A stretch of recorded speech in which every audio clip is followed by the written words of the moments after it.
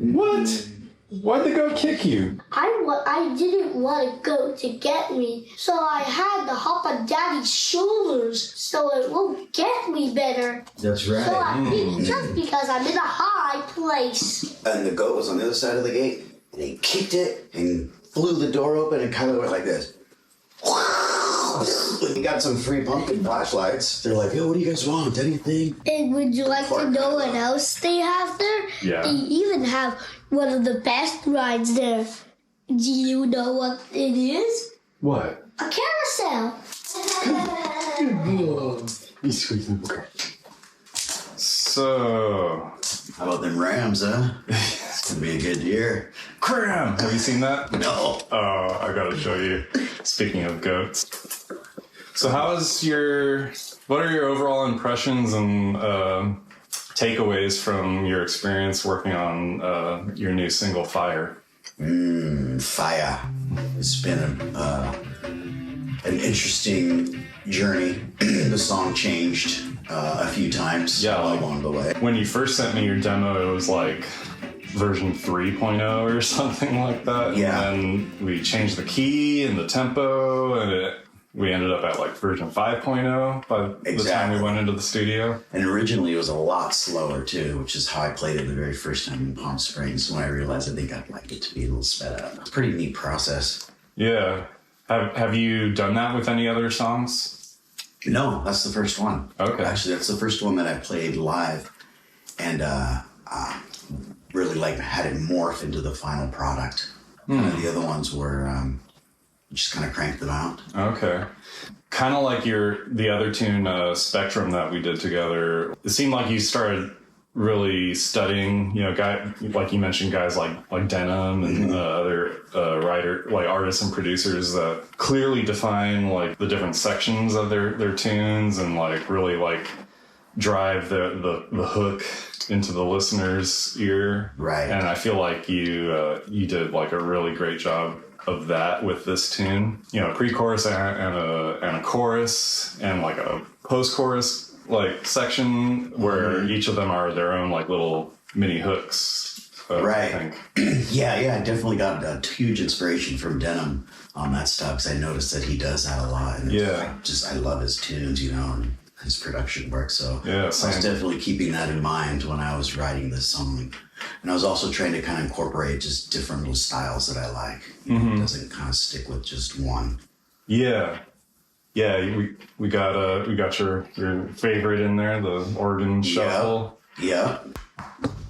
I wanted to add something. So one thing that I really like is, reggae music, and I like the organ and the bubble shuffle. And we were talking about Bach earlier. And so because this song, it's more of like a punk type song, but I always want to like retain some reggae elements to the tune. So we had Bach throwing some organ in there. Yeah. I really love. Yeah, and like I think maybe I asked him to like do a different sort of skank, like it's more like like something more like that, like during the verses. And there's one part like that he did in the second verse that I always like try and sort of like imply that part because we don't have a keyboard player when we play live, but I always try it like on my drumming, like I try to imply what Bach did. Like halfway through that second verse, there's a part that he did that sounds really cool, like data, like right. But yeah, Bach adds so much. I love working with Bach. Yeah, Bach. Yeah, he's great. That was what, like your second time working with Bach in the Yes, studio? exactly. So he did the keys on Happy Friday, right? The first song. Yeah. Bach keys on keys. That was when I first met him. Yeah. That was the first time I met you too. Yeah, that's right. That was the first time you met the HiRIE guys. You put it all together. Yeah. Yeah, that was awesome. I was so impressed with him when they all just started jamming the song, when I was first there. Yeah. And I just thought that they were jamming, and then all of a sudden it clicked, and I'm like, hey, that's my song that they're playing. That's pretty cool. Yeah. Yeah, it was an awesome experience. So how is the experience of recording FiRE different than that first initial experience recording Happy Friday? Happy Friday. Happy Friday was my first one ever, so I was really scared. I remember Bach commented and said, "You were really quiet that first time." Yeah, I remember that. Yeah. And I was a lot more comfortable this second time, and also there was not as many people, so it made it not as scary. But I was in Tribal Studios, and I love Tribal Studios. Like, that's where I met you. I love that band. Yeah, same. So the vibe is just always really cool there. I loved it. I don't know. I had a great time. I feel like I was just a lot more comfortable. Yeah, and this time around with FiRE, you were playing guitar along with everybody. Yeah. So we mentioned Bach, and this was our first time working with Malachi as well. He killed it. Malachi from Boostif. Yeah. Yeah, he was awesome. I feel like he brought like a different element.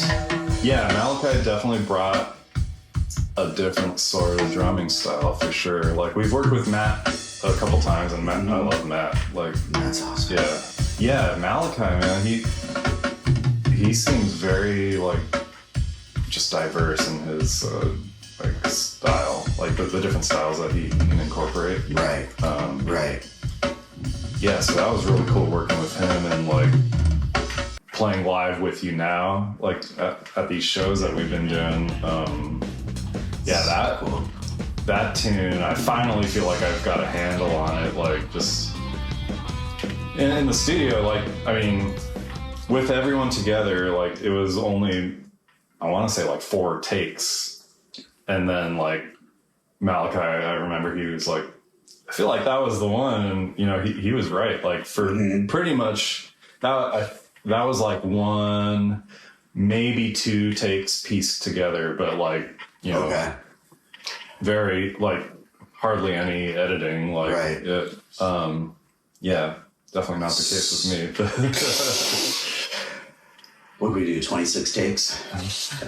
For Spectrum? Yeah. Probably. Yeah, I've been telling people lately, like, 25 is, like, kind of I think that's my mostly number. you, though. You're just anal and you wanted to just nail it perfect. But, like, yeah, it takes me a while to, like, kind of get inside a tune. Like, usually I'm coming at it like super fresh, like no practice prior to the session. Right. And like, I'm just trying to figure out what I think the parts should be. And him and like guys like Matt too, like that they can get inside it like that. And yeah, he picked it up quickly. All the different parts and everything. All his fills and stuff too are like, it kind of has given me a whole new like vocabulary learning those parts that he laid down. Right. So let's see, after Tribal Studio, we also did some work at My Spot, I remember. Yeah, that's right. Oh wait, no. First we laid down your vocals at Tribal Studio at a different session. Man. Right. How was that for you? It was cool. Did I push you too hard? No. No. It was really cool.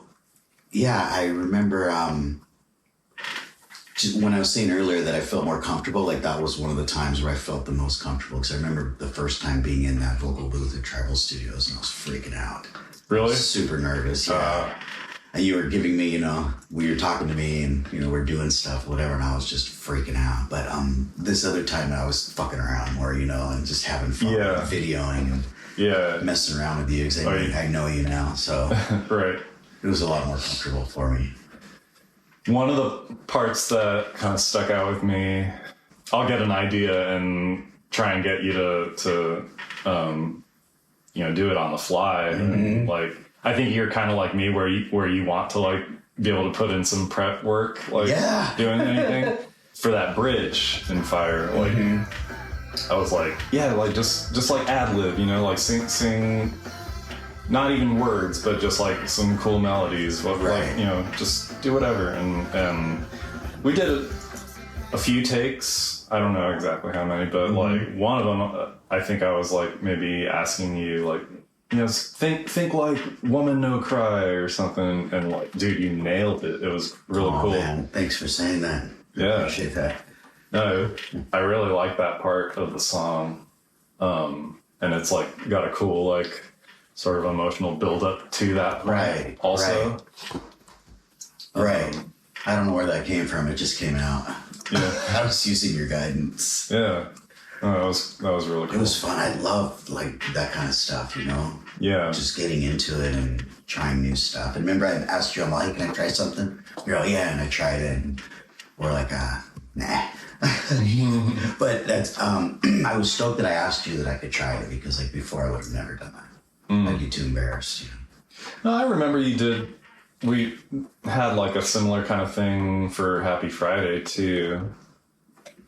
Or maybe we did that like as a kind of overdub later, like the part where oh no, that was a different tune. That was well, that's the other tune I played on was She Want My Love. Yeah, you played on two songs. Okay. But like when I was like asking on that one, like just like use it like a Yoda kind of voice or something, like when you're talking about like when it's like you talking to Skyly. Yeah. Oh yeah. Yeah, that's right. What'd you say? Ugh. I don't even know. On the She Want My Love one? Yeah.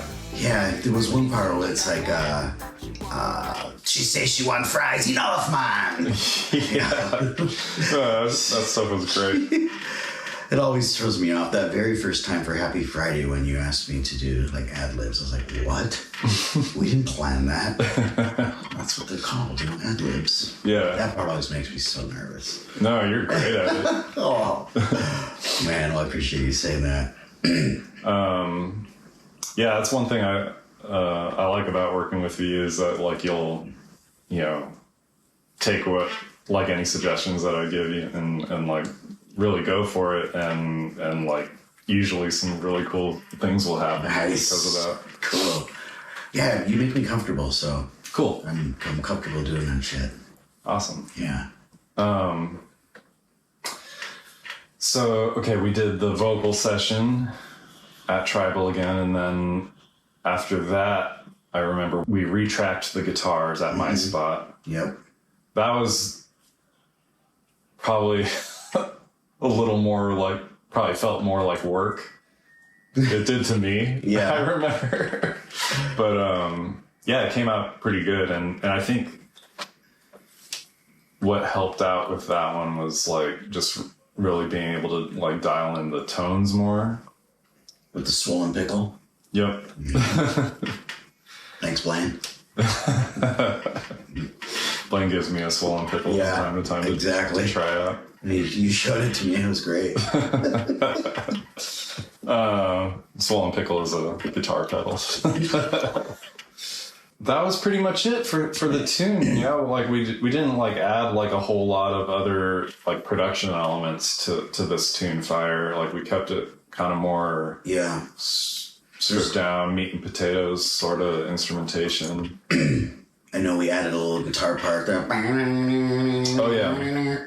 Yeah, that was just you. Like, yeah, those two. Yeah. Which I think I did here in my laundry room. Mm-hmm.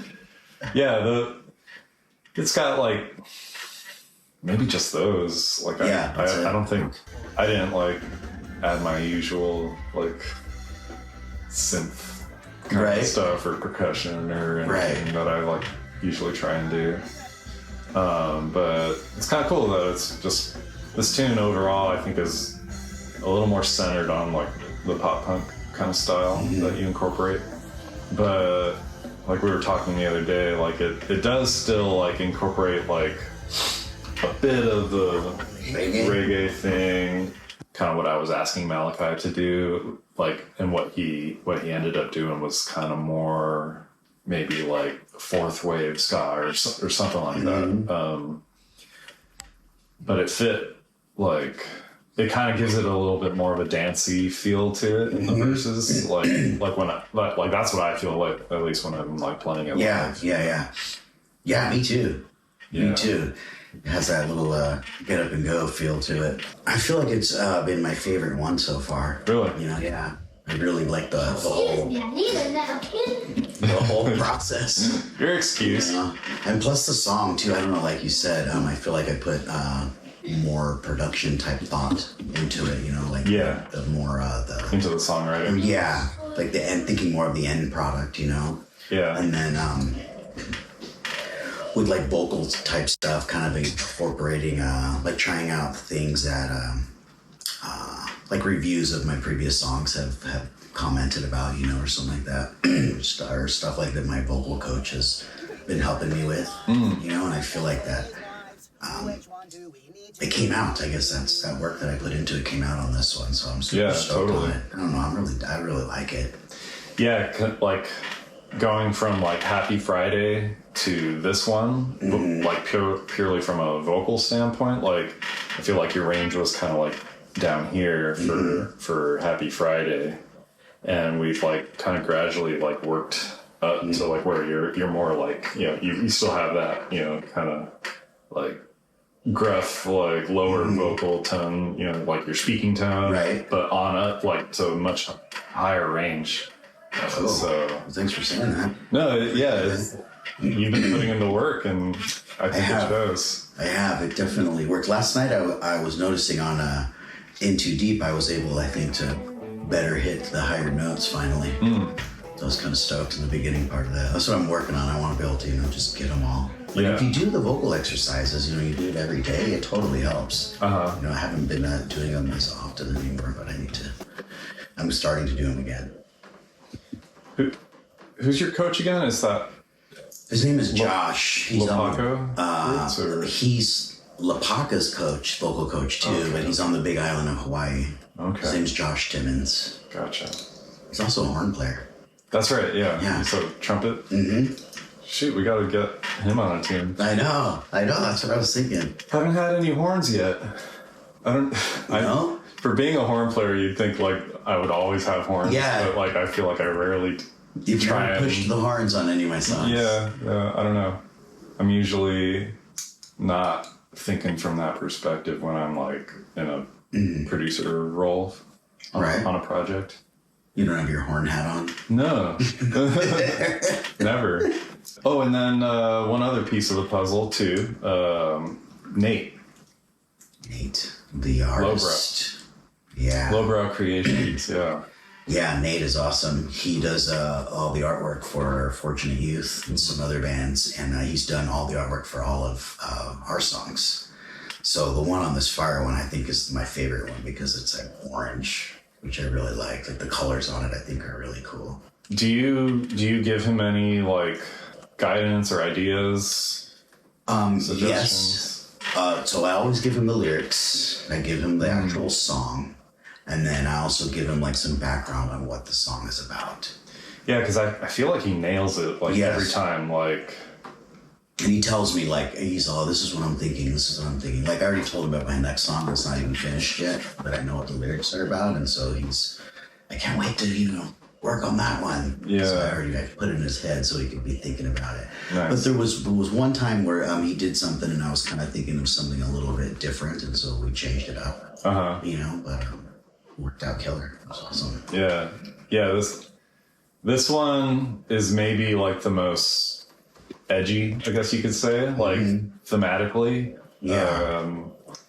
Maybe you could talk a little bit about like the actual like lyrical themes and how that like informed Nathaniel. Yeah. So the song was basically inspired by, there was like in the 90s, like doctors were provided a video by, I think, some pharmaceutical company, I don't know which one, but basically saying that OxyContin was totally safe and it's no problem and everybody can, take it and there's no issues at all.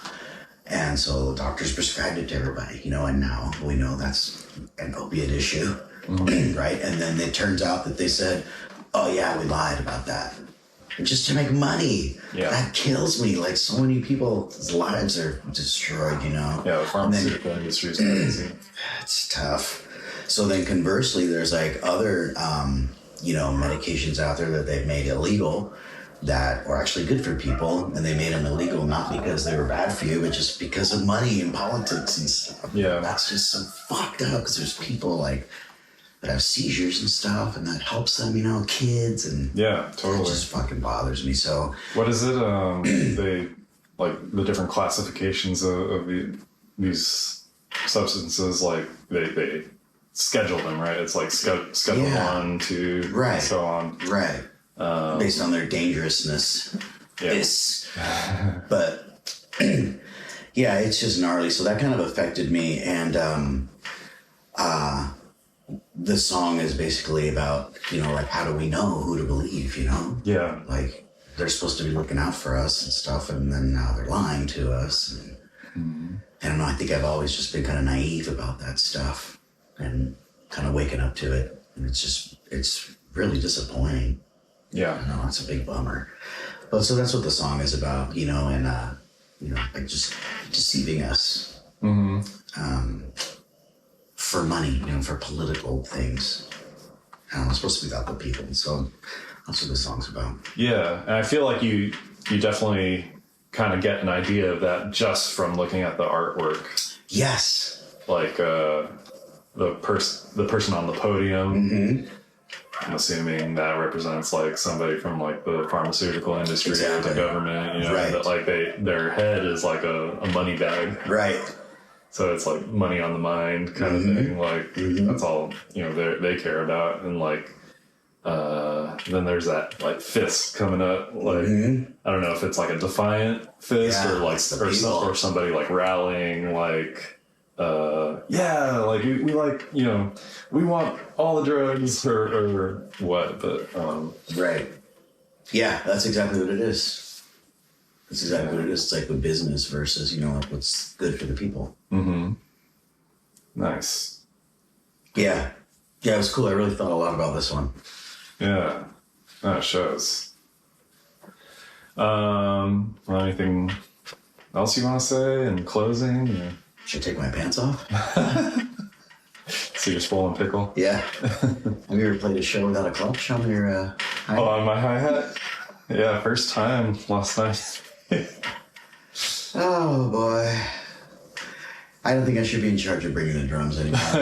One time I forgot the drum, the kick drum pedal. This time I forgot that. Yeah, and this time I forgot the clutch. Yeah, that's kind of why, like, when you first asked me, I was like, I kind of feel more comfortable using my own kit.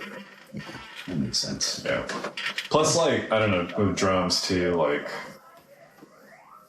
it's such a physical instrument, and I put in a lot of practice, you know, working on these tunes for your set. Like,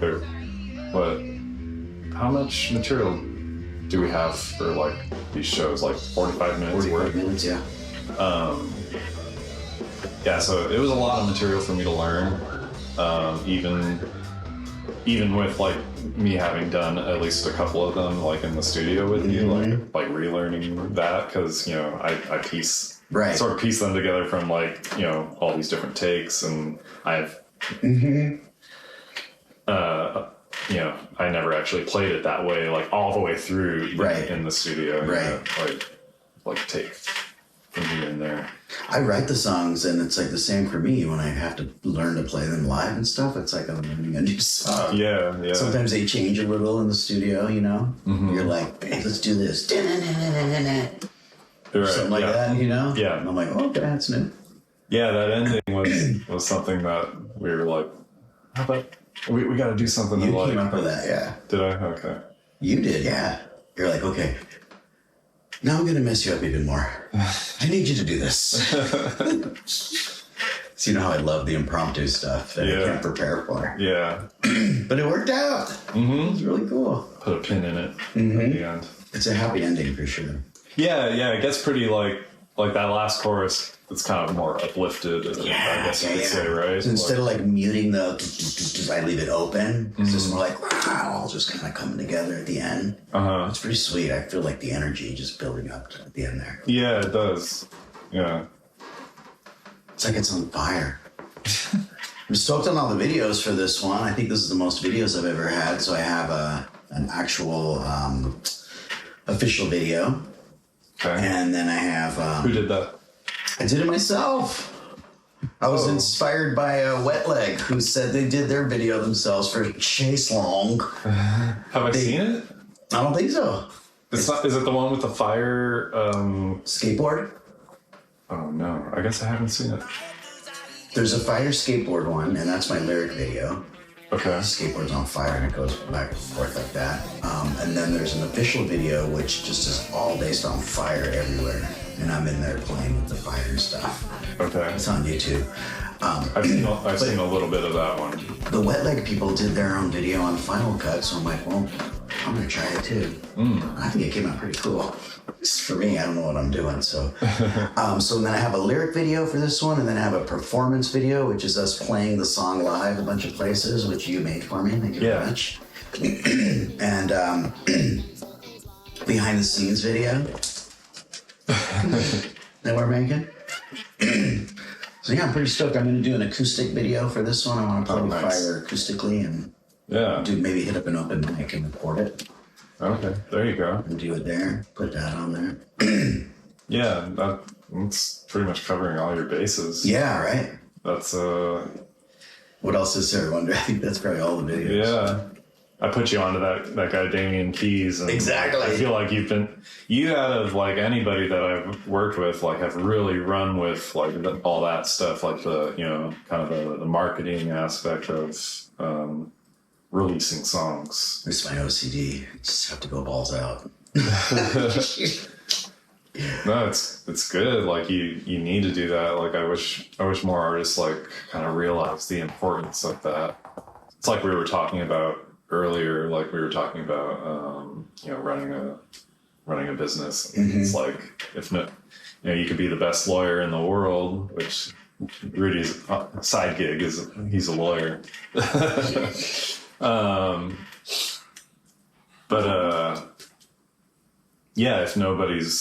If you're not getting any phone calls, then what does it matter? Right. Like, how are you gonna put a roof over your head? Right. Yeah. So it's great that you've really been diving in Yeah, I like what he says, He said, okay, your song comes out, you're going to put out a video? No, you're going to put out 10 videos. Yeah. I'm like, damn, okay. Haven't quite got to the 10, but I'd like to. Like, I'm working on it. Like, this one has the most ever, I'm not sure what else I could do. You have for this one? I think 5, yeah. That's 5. That's great. Yeah. Most people don't even do one. Maybe we could do a nude one or something. Nude and on fire. Yes, puppy. Say, pup. Bring it to me. Oh, good girl. She threw it to you. Oh, pups. Get the ball. Go get it. Well, cool. I think that about covers it. I think so, too. Sweet. That was fun. Yeah. I've never done this before. Well, I guess I went on Blaine's show, Coffee with Blaine, but I wasn't in the hot seat. Yeah. Role reversal. Speaking of which, I have a special seat for you. I'll have to get that out. Oh no. Special throne. I gotta look up how to do the blurry pixels in Final Cut. Blur it. We need to make it like waffle a little bit. Like a Conatown one. Ready?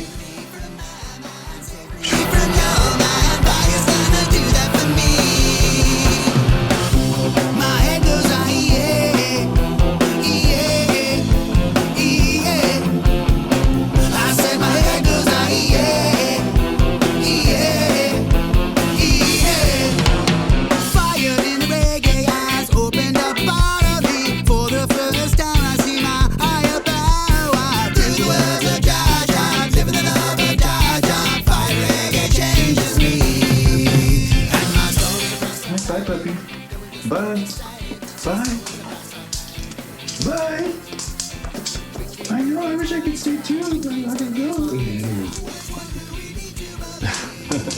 You cutie girl. You cutie girl.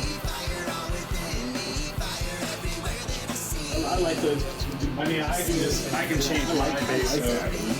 I can change my bass note at the end so that it's like a riff instead of like that. I like that. And Couple of aqua velvas.